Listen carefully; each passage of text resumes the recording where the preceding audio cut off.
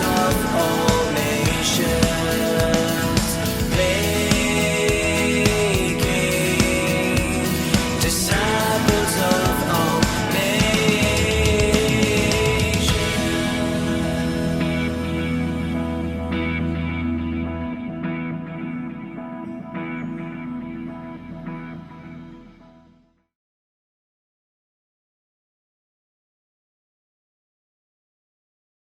My talk tonight is titled, God Loves Gold.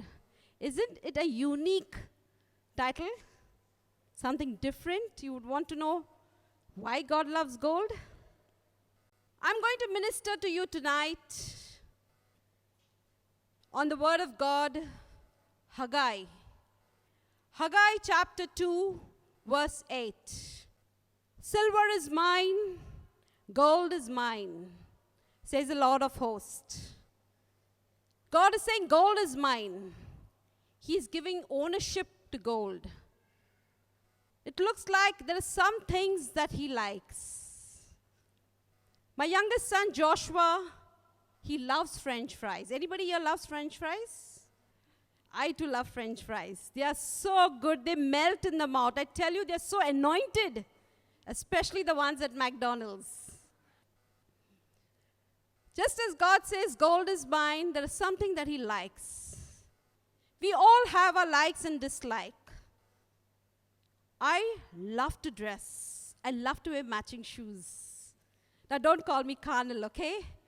If you say I'm carnal, then you'll have to call God also carnal because he loves gold. As much I love to dress, I love my shoes to shine. And as I love my shoes to shine, I like people's lives to shine with the Word of God. That's my desire. That's my prayer tonight. Praise the Lord. And I said, my son loves French fries. So when I go to take a French fry from him, he'll say, it's mine. But Mama, you can have it. God is saying the same thing to each one of us. Silver is mine, gold is mine. But if you want, you can have it. As I said, I love dressing. Some people like cars. They have a toothbrush for every tire of theirs. They take their car to a particular garage. They won't give it to anybody on the streets to wash. They have a particular liquid to wash their car. Some people like dressing colorful clothes. For some, you'll see wearing only white all through the year, some of them black. In this way, each one of us have our likes and dislikes, and so does God.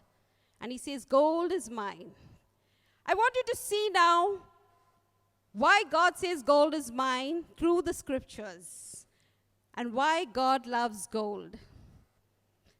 The scriptures will be placed, but I don't want you all to put your eyes there reading. If you want to note it down, fine. But I will go through it. So let's begin. Are you ready to know why God loves gold? I think only few people want to hear.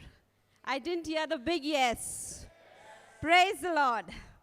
Now God is telling Moses, Moses, I am going to get my people out of Pharaoh's clutches. But before they come out of his clutches, I want you to tell them to take all the gold from the Egyptians, whatever they can, put it on their son and put it on their daughters, not to leave without gold.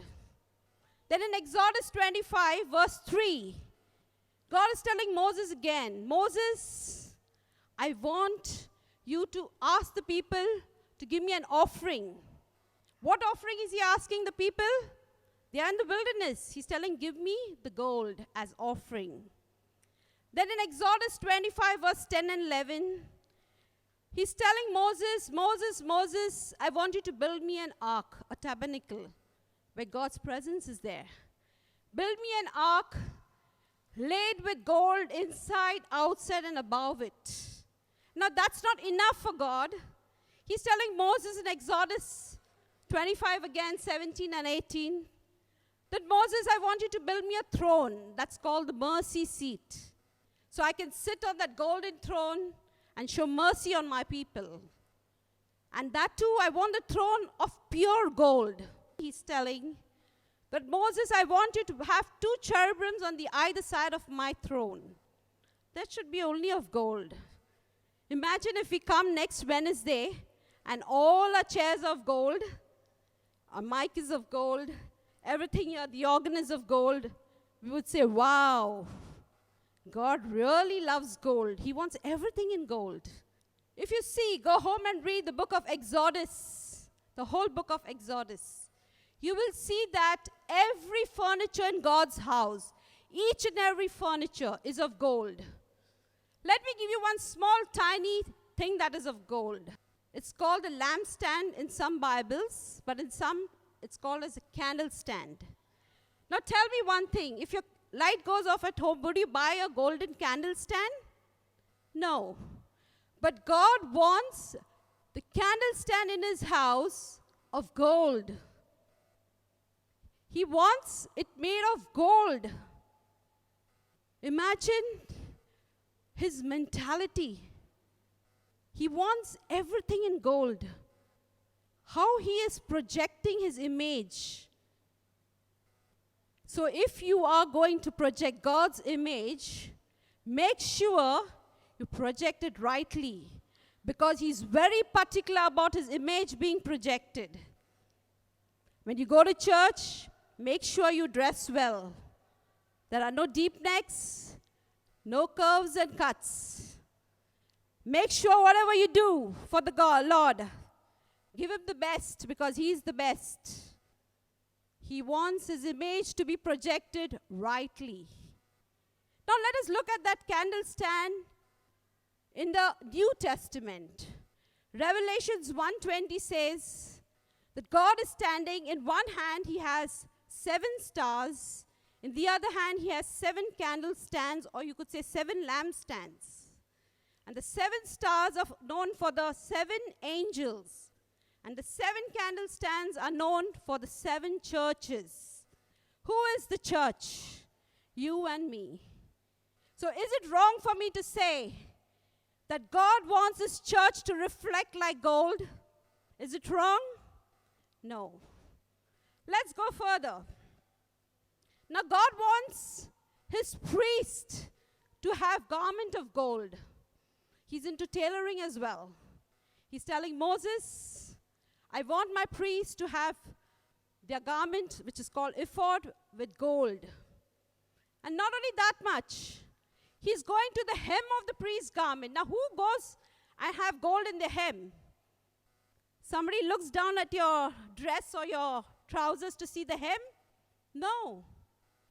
Some of us have their garments, their denims hanging, and the hem is hanging on the floor. Some of them's hem don't even match the material. We don't care. But God is so particular about his priest that he wants his priest's garment to have gold and his hem to have golden bells, not silver bells, not bronze bells, but golden bells. My. God really wants gold. And not only that, if you go 1,000 years into the new generation, God is orchestrating gifts to be brought to his son Jesus. We'll see in Matthew chapter 2 verse 11, 3 wise men, they come to pay homage to baby Jesus. When they see the baby Jesus in the arms of Mama Mary, they worship and they offer him gifts. What are the gifts that they offer him? Gold, frankincense, and myrrh. So what is the first gift? Gold. So God is not only happy with having gold for himself, he wants gold for his son Jesus as well. You have heard denominations say, gold is unholy. If you wear gold, you're not allowed into this church because it is unholy. I think such people should go and tell Jesus that. Gold is unholy. They should tell God that gold is unholy. Because you will see that even Jesus seems to love gold. Revelations 1:12 and 13. You see Jesus standing with a white robe and a golden sash wrapped around him. So Jesus also loves gold. And then if you go further down again, in Revelations 9:13, you will see that God wants his altar of gold. Here we, blessed Catholics, we have altar of wood, glass, or plastic. But God wants his altar in gold. And then if you go and see in Revelations 21:21, you will see that we, when we go in heavenly bodies, in the heavenly Jerusalem, will be walking on streets of gold. Wow. God loves so much of gold that he wants his people to have gold. He wants offering of gold. Then he wants his altar to be of gold. He wants his ark to be of gold, his throne to be of gold. He wants his priests to have garments of gold with bells of gold. Then he wants his candlestand of gold. And he wants the New Jerusalem paved with gold. How much of gold does God love? My. Isn't it? All of you are very serious. You must be wondering what I'm coming up to because you all know me better. God loves gold. So now let's go deeper. I'll ask you a question, okay?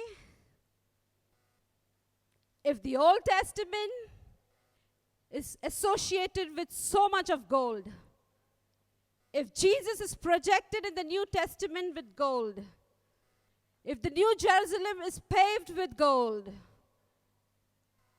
then what does God want you and me to have? Don't be afraid, little children. I won't shout at you. Let me ask you the question again. If the Old Testament is associated with so much of gold, the New Testament projects Jesus with gold, and the heavenly Jerusalem is paved with gold, what does God want you and me to have? Gold. I think all of you are mad with me. Nobody's answering. I can't hear. Gold. So let's go deeper now. If God wants you and me to have gold, then let us see Acts chapter 3 verse 6, where Peter is telling a beggar outside the temple. He's saying, silver nor gold have I none. What I have, I give you. In the name of Jesus Christ of Nazareth, stand up and walk. Now, if God wants you and me to have gold, why didn't Peter have any? He was so close to God. Why didn't he have any? What did Peter have if he didn't have gold? He had faith. This is the same Peter who written the epistles to a scattered Christian group. 1 Peter 1, verse 6 and 7. In this you rejoice, even if now, for a little while you have had to suffer various trials, so that the genuineness of your faith, being much more precious than gold, that though perishable, is tested by fire, may be found to result in praise and glory and honor when Jesus Christ is revealed. What is Peter telling in his verse 6? When you are suffering various trials. Anybody suffering trials here? Or who have suffered trials? None of you. Praise God. You all are blessed people. I think I'm preaching to the wrong people. You know, when you suffer trials, you go through a particular heaviness. You wake up in the morning, you feel heavy. You go to bed at night, you feel heavy. You can't get sleep. Every area of your life is being tested. And Peter is telling the scattered church that when you're going through tough times, when you are going through difficult times, when you are going to doubting times, when you are going to temptation to give up in life, what is God wanting from you? Gold. And what is that gold that God wants from you? Is your faith. Faith. Faith. In the Old Testament, we've seen so much of gold God wants. But in the New Testament, the gold that God wants is not that gold that makes you and me rich, but it is faith. Precious faith, which is much more precious than gold. In the Old Testament, God wanted pure gold. In the New Testament, God is asking for precious faith, which is much more precious than gold. Peter encouraged the people, and I want to encourage you tonight. You may have no money to pay your bills. You may have no money to pay your rent. You may have no money to pay your children's school fees or send your children to college. You may have not received your salary for months. You may have lost your job. Or you may be going through tough times in office, affliction, struggle in your business. Whatever you're going through, you may have found your gold. Whatever you have done, if you have faith, God will take you out of the situation right away. You may not have gold or silver, but if you have faith, you're going to be rich one day. You're going to be out of your problem if you have faith. If you have faith, you can look into the face of God and say, my God, I have no money to pay my advance of my home, but I have faith, and that faith will get you out from your problem, from your difficulty. My brothers and sisters in Jesus Christ, what God is looking is precious faith that is purer than gold. You may be a beggar in the dungeon, but God will lift you up if you have that precious faith. 1 Samuel 2 verse 8. You can go home and read. Let's look at verse 7, what Peter is saying to his church. That your faith may have been tested. I'm sure many of you, your faith must have been tested here. Like the gold. You put gold into fire, it rarely loses its value. But if you put faith which is tested in fire, it will increase in value. My precious people of God, you may have heard about Shadrach, Meshach, and Abednego. I want to ask you a question. How long did Shadrach, Meshach, and Abednego take to come out of the fire? How long? Nobody knows? Not very long. They came out fast. Imagine if they are believers of the Old Covenant, the Old Testament, and if they came out fast, how much faster should the believers of the New Covenant, that is you and me, of the New Testament, come out? Faster. You don't believe me? Let me tell you a secret. When Jesus healed the beggar on a Sabbath day, a sick man on a Sabbath day, the Pharisees and Sadducees were angry with him. And Jesus told them that if you people who are so evil can pick your oxen that has fallen into pit right away, I'm much better than you. I will pick my people straight away. The word is straight away. So if you have faith, God will pick you up straight away. He won't keep you there lying for years together, being troubled. My precious people of God, faith is what God is looking for. Precious faith. Unwavering faith. Unfailing faith. When you go through a fire and you're being tested, you come out and say, if God is with me, who can be against me? I went through the fire, I didn't get burnt. I went to deep waters, and my God was my lifeguard. You come out with a testimony. Your test becomes a testimony. This is the kind of people I'm preaching tonight. Although, not all of you, but most of you. Please don't feel offended when I said not all of you. by hearing the word of God on faith doesn't mean your life improves. You got to apply what you hear, what you listen on a Wednesday into your life when you go out on Thursday. This is a coaching ground. You have seen a coach teaching his players. They practice and practice all week, all the time, so that they can score at the game. But some of them only practice and they do well at the practice, but they don't score at the game. When you listen to the word of God and you go out from this place and you get a red notice, that's the time you need to apply what you have heard. You got to apply your faith. You can't just pick the phone up, run helter-skelter calling brother, your pastor, your preacher, your counselor, your mentor, and complaining and grumbling and worrying about your problem and calling everybody around, your family, your friends, and telling about your problem. Don't be mad at me. You'll be glad later. If you ever have to call somebody when you have a red notice, call God and you will be saved. My precious people of God, you know what faith is? I would like to tell you about my mother. My mom, she was a young woman with 2 children. My father left her and went. She was not educated. She went through a lot of struggles financially, physically, emotionally.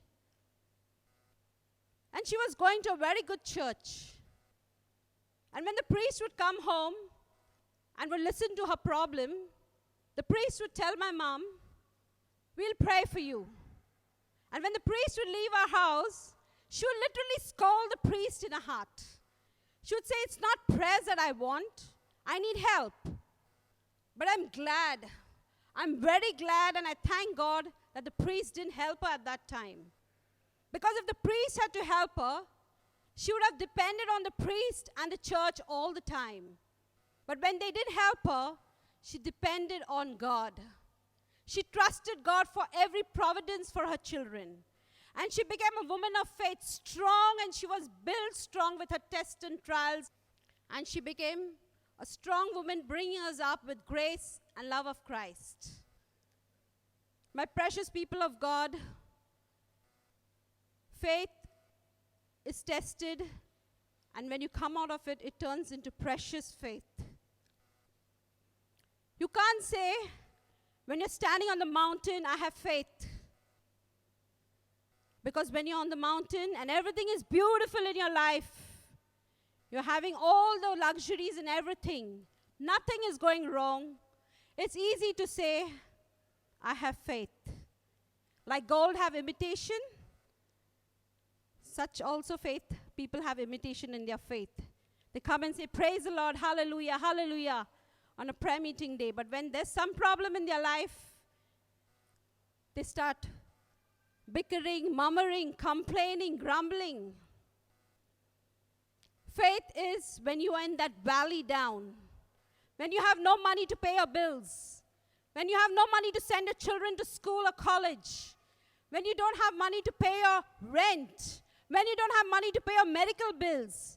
Faith is that when you have problems in your workplace, when you have lost your job and you're struggling to find a job, and still you are in that valley saying, "Thank you, Jesus, praise you, Lord.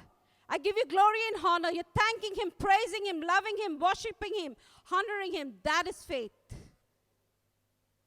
You know what is faith? Faith is when I give you a bottle of water and a bread of loaf, and like Hagar, put you on the streets, and you come out of it. That is faith.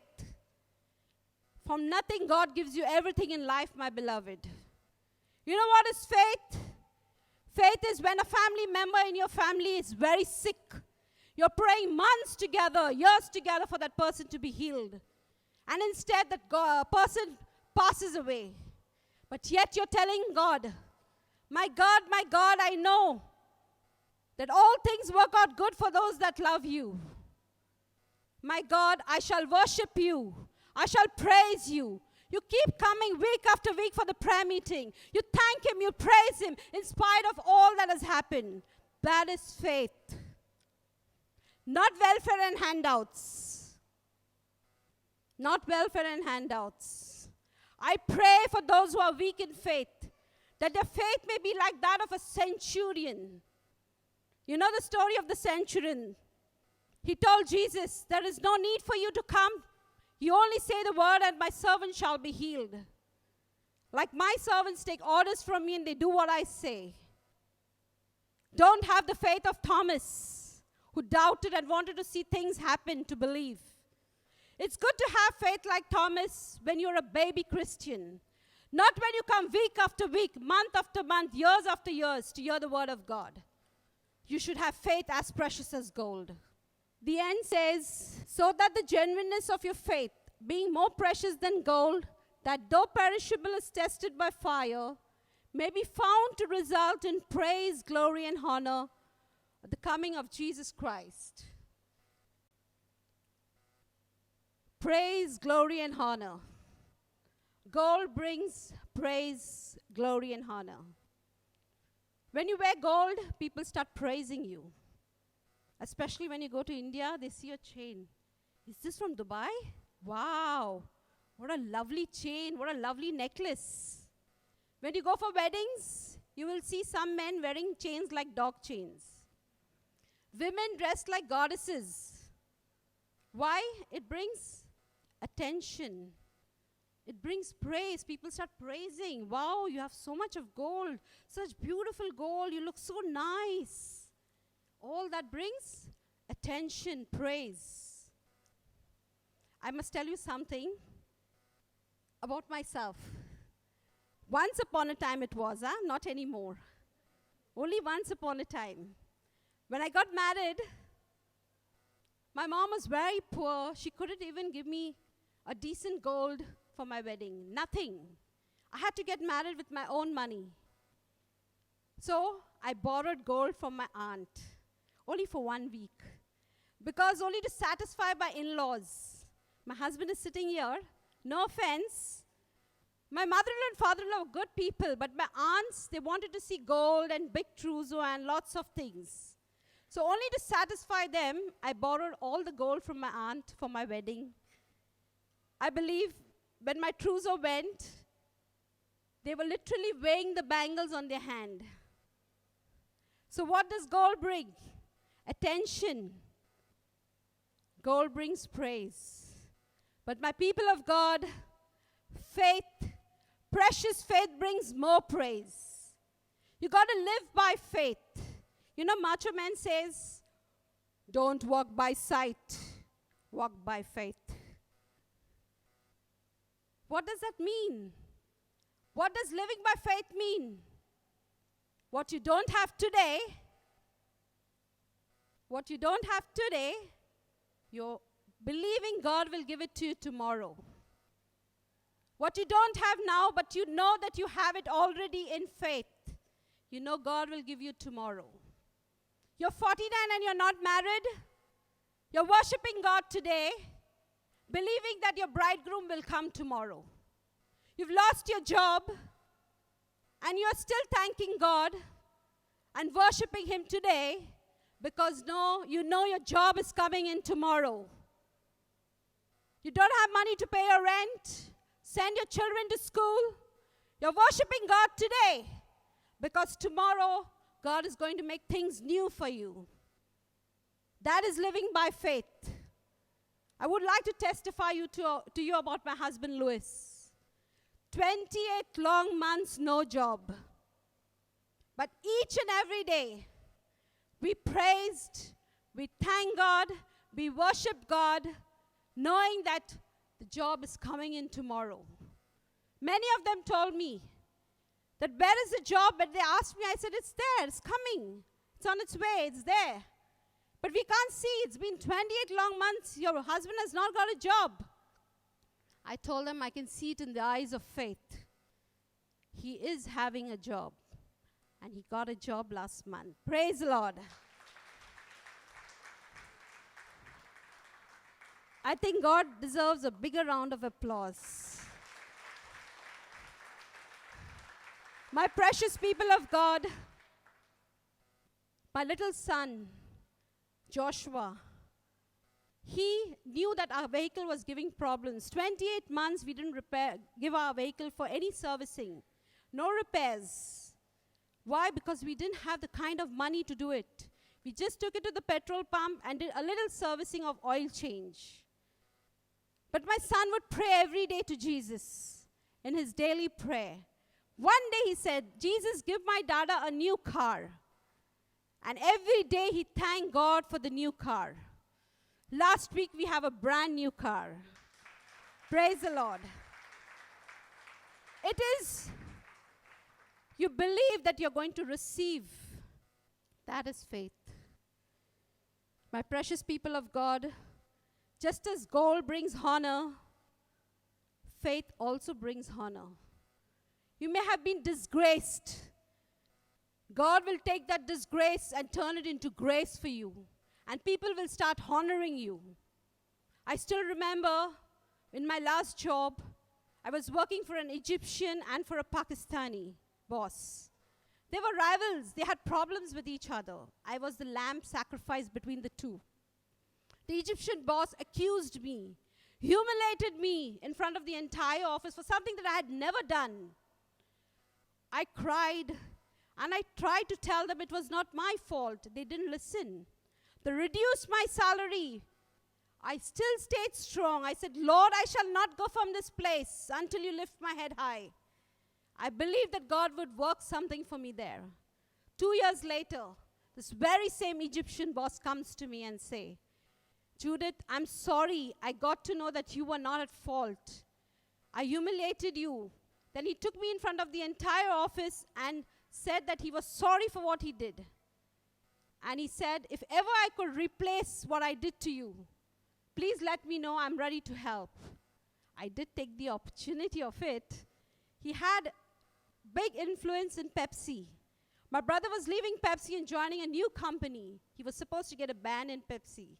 I used that contact to get his band off. Praise the Lord. So, if you are disgraced and if you have faith, God will take that disgrace and turn it into grace for you, and you will be honored. Gold brings glory. I don't want to say something mean, but if you have seen people who don't look good, they wear a lot of gold, it brings a glorious look on their face. Have you seen these ministers, dark, ugly fellows, wearing full white clothes and huge long chains and thick bracelets? People's attention on them. They look glorious. So does faith. Faith brings more glory to you. More than gold. People will start getting attracted to you. They'll want to be your friend. They'll admire you at office. They'll admire you at your college and school. They will want to take counsel and advice from you. They will want to be around you. This is what faith brings. Greater glory than gold. Faith, more precious than gold, brings you praise, honor, and glory. My precious people of God, in the earlier time I said, God loves gold. He did love gold as per the scriptures, right? Am I wrong? Am I wrong? No. But in the New Testament, he wants that gold as your precious faith. Let's read Job. But he knows the way that I take. When he has tested me, I shall come out like gold. Praise the Lord. So who wants to come out like gold? Please rise up. Father God, I want to thank you for your word tonight. Thank you for your love for your people, Lord, that you wanted to speak to them, to trust in you. Lord, I pray the faith that they may have in them, even if it is as small as a mustard seed. Move mountains from their life, Lord. Give them all that their hearts desire and need, Lord. But draw them more closer to you beautifully, Lord, that they may share every glory of yours in Jesus' name. Amen.